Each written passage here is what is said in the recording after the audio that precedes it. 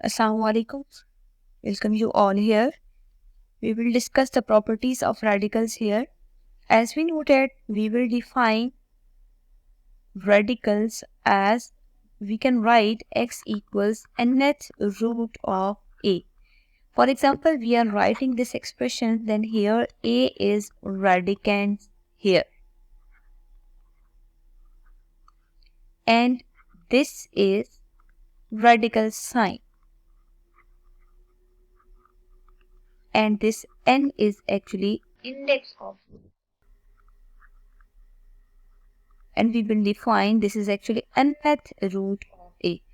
This is a radical form. ठीक है, अगर हमने किसी भी नंबर को रेडिकल फॉर्म में लिखना हो ना तो हमेशा उसके लिए हम क्या करते हैं, let's see nth root of a define है, इसका मतलब ये है कि यहाँ पे रेडिकल साइन अपीयर हो रहा है तो ये रेडिकल फॉर्म है।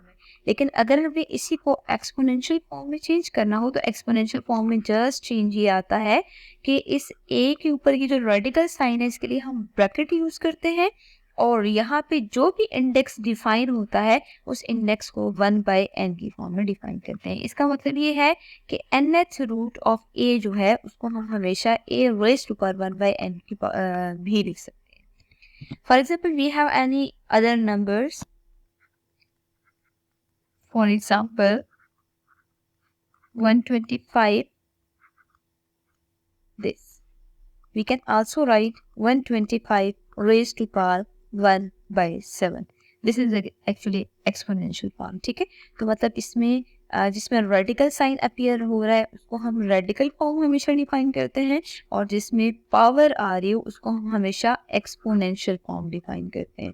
अब हम फॉर एग्जांपल कोई भी न्यूमेरिक वैल्यू लिखते हैं, let's see 139 raised to power 3/5 given है। ठीक है, अगर हमने इसको रेडिकल फॉर्म में कन्वर्ट करना ना तो हमेशा याद रखिएगा सबसे पहला काम हमारा ये होगा, इसको 139 रेज़्ड टू पावर में जो न्यूमरेटर आ रहा है इसको आप सेपरेट कर लें और 1/5 लिख लें। ठीक है, फिर आपने क्या करना है, 139 रेज़्ड टू पावर 3 को आप ब्रैकेट में लिख लें और ये जो पावर आ रही है 1/5 इसको अगेन अलग कर दें। ठीक है, जो रूट होता है ना हमेशा 1/, की फॉर्म में डिफाइन होता है और अगर आपने इसको रेडिकल में चेंज करना है तो रेडिकल साइन लें और ये जो 1/, की फॉर्म पे ये न्यूमेरिक वैल्यू आ रही है इसको 5 यहाँ लिखते हैं जो कि इंडेक्स कहलाता है, 139 की पावर यहाँ पे 3 आ जाएगी। तो एक्चुअली ये जो आपने अभी फॉर्म स्क्रीन पे देखी है ये हमने एक्चुअली रेडिकल में कन्वर्ट किया। ठीक है, तो कोई भी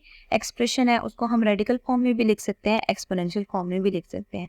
अब हमारे पास एक्सपोनेंशियल और रेडिकल फॉर्म के लिए कुछ प्रॉपर्टीज यहाँ पे डिफाइंड है, तो एक्चुअली हम प्रॉपर्टीज ऑफ रेडिकल्स डिफाइन करते हैं। The first property is when we define nth root of A B then it is equal to nth root of A into nth root of B. ठीक है, इसका मतलब ये है कि अगर हमारे पास कोई भी रेडिकल साइन में दो नंबर्स मल्टीप्लाई हो रहे हो, ठीक है ना, आप देख सकते हैं ए और बी के दरमियान कोई भी अरिथमेटिक ऑपरेशन मौजूद नहीं था।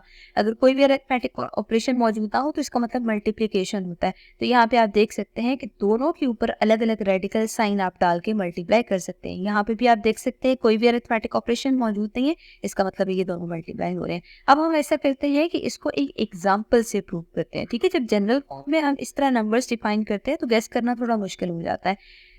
उसमें हम a और b की जगह 16 और 9 लेते हैं। ठीक है, इसका मतलब ये है कि a 16 है और b यहाँ पे 9 है और यहाँ पे ये जो इंडेक्स डिफाइन है ना, n इंडेक्स मौजूद है, इस इंडेक्स में हम ऐसा करते हैं, यहाँ पे कोई भी न्यूमेरिक वैल्यू डिफाइन करते हैं तो यहाँ पे जस्ट हम स्क्वायर रूट ले लेते हैं। ठीक है, जब हमने प्रीवियस लेक्चर में n डिफाइन किया था इन रेडिकल्स तो n के लिए कंडीशन ये थी it should be greater than 1, क्योंकि रेडिकल साइन हमेशा जो है इसको हम अगर फॉर एग्जांपल यहाँ पे इंडेक्स कोई भी ना तो उसे हम स्क्वायर रूट कहते हैं। स्क्वायर रूट का मतलब है इसके यहाँ पे जो इंडेक्स है वो स्क्वायर मौजूद है, मतलब यहाँ पे 2 मौजूद है।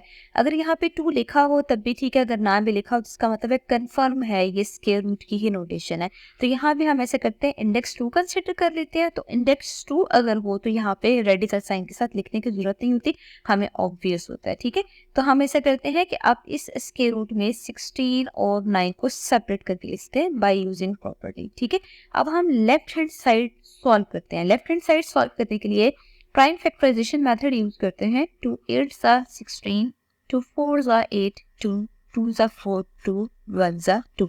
Similarly 9 की भी प्राइम फैक्टराइजेशन करें. 3 3s are 9 and 3 1s are 3.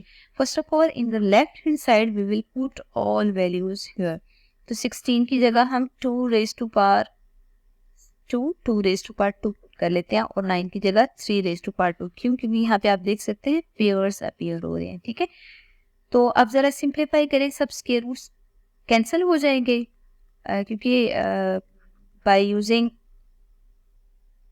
Laws हम इनको सेपरेट करके लिख सकते हैं सब रेडिकल्स को. तो हम यहाँ पे देख सकते हैं कि ये सब स्क्वायर रूट्स कैंसिल हो जाएंगे. We will get 2 multiply 2 multiply 3, 3 2s are 6, 6 2s are 12. The answer is 12 here. ठीक है, अब हम ऐसे करते हैं राइट हैंड साइड सॉल्व कर लेते हैं. राइट हैंड साइड में हमें नजर आ रहा है कि दोनों स्क्वायर रूट्स अलग अलग गिवन है. Square root of 16 and square root of 9. We will put values here. Square root of 16 is actually 2 multiply 2 multiply 2 multiply 2 and square root 9 is 3 multiply 3. First of all, we will pair these terms which are same. Then put square on it. Square roots will be cancelled out. We will get 2 multiply 2 multiply 3. By multiplying this term, we will get 12. You can see here that left hand side and right hand side are equal. अगर left hand side right hand side equal है तो इसका मतलब है कि property verify हो रही है. Square root of 16 into 9 equals square root of 16 into square root of 9. ठीक है, ये तो हमारे पास एक सिंपल सी प्रॉपर्टी थी जिसको हमने वेरीफाई किया है 16 और 9 के लिए, और रेडिकल में स्क्वायर रूट दिया है. अगर हम फॉर एग्जांपल चेंज करते हैं, ठीक है, we will consider example 2 here, which is cube root of 27 into 8. ठीक है, और यहाँ पे ये cube root of 27 into cube root of 8 के इक्वल होना चाहिए. क्यूब रूट का मतलब क्या है, इंडेक्स यहाँ पे 3 मौजूद है. जरा लेफ्ट हैंड साइड सॉल्व करते हैं. लेफ्ट हैंड साइड में क्यूब रूट ऑफ 27 इंटू 8 मौजूद है. ऐसा करते हैं, यहाँ पे हम 27 की फैक्टराइजेशन कर लेते हैं by prime factorization method. Similarly हम 8 की प्राइम फैक्टराइजेशन कर लेते हैं. We will get these terms here. ठीक है, by putting these values in the expression we get this.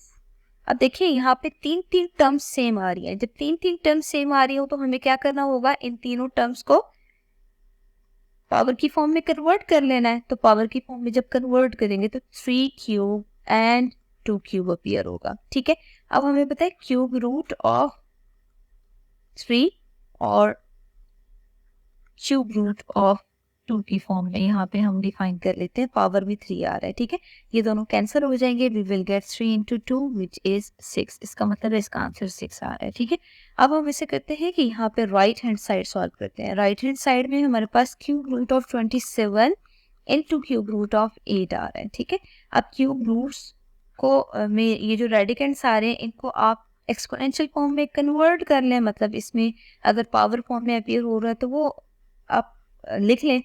अब क्यूब कैंसिल, क्यूब और क्यूब रूट कैंसिल हो जाएंगे. We will get 3 into 2 here. दोनों को मल्टीप्लाई करें. 3 2s are 6. As left hand side equals right hand side, hence that property is verified. Property क्या है कि जब भी हमारे पास रेडिकल साइन में दो नंबर्स लेट्स सी मल्टीप्लाई हो रहे हो, ठीक है, और यहाँ पे कोई भी इंडेक्स मौजूद हो तो हम उन दोनों नंबर्स को उसी इंडेक्स के साथ सेपरेट कर सकते हैं. This is actually the property of real numbers for radicals. Here are the MCQs for you. You have to solve these MCQs by using this property.